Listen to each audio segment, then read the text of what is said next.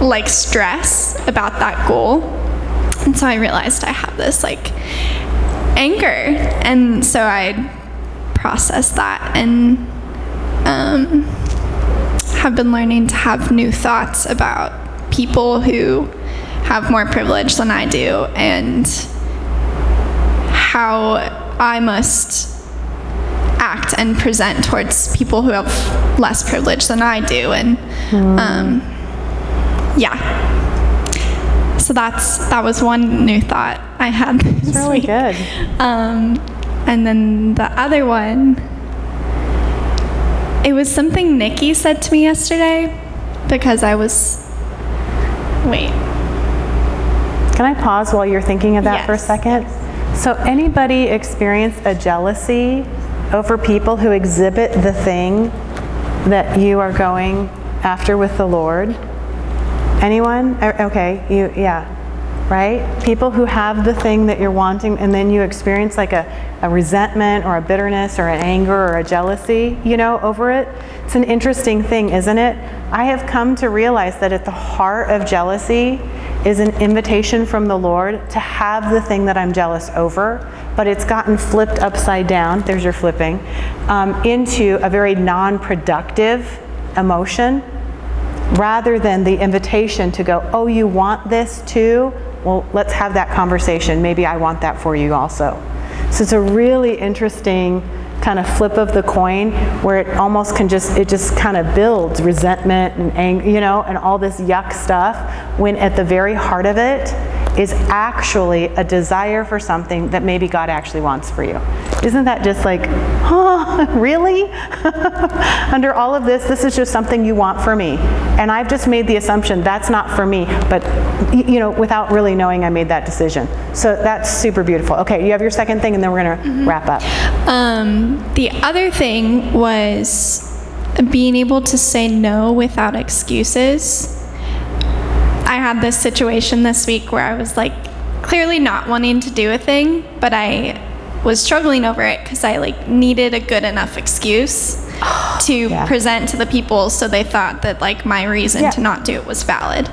And Nikki, little lies, right? It's so horrifying. I'm sure none of you do this ever, that you've ever like made a little lie so that people think better of you for why blah blah blah. Okay, thanks for bringing that's so beautiful. The new thought is just no, I don't want to, and that's enough. That's being a powerful person. Yeah. It's super hard to just own it and be okay with it. And this goes back to Taylor's thought of going, I don't want to be living worried about what people think about me, right? Super good. Okay, and then, That's so weird that you said that, because this week I had a like punch in the gut envy moment for something that I saw. And I got really teary and I said, I'm so sorry, because I feel so much shame when I have that. And I'm like, I'm so sorry, Lord. I trust your heart and I'm just going through my sorry. And then I was like, okay, I'm not going to be afraid of this. What is this, God? Like, what is this emotion? How do I respond to it? And he said, I just felt in my heart, do it again, God. And I went, oh yeah, okay, God, do it again. What you did for them, What you he did wants for to them, do it again. just that's my prayer, do it again. And as soon as I said it, it's like everything left my physical, that I was feeling it physically. It just like release. And so that's a huge gift to me, because that envy does pop up a lot. And so that's now my new go-to. Like, just do it again. That's easy. Incredible. That's incredible. That is so good. Yeah, totally. Well, I'm going to turn it over to you guys to do our prophetic practice. But if you guys are wondering, like, okay, where are we going with this? We are heading towards places where I want this week for you to accept the assignment to start writing declarations over yourself in this area.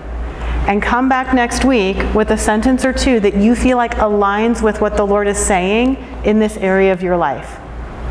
And that's breakthrough. Knowing what God's doing in an area of your life, that's breakthrough.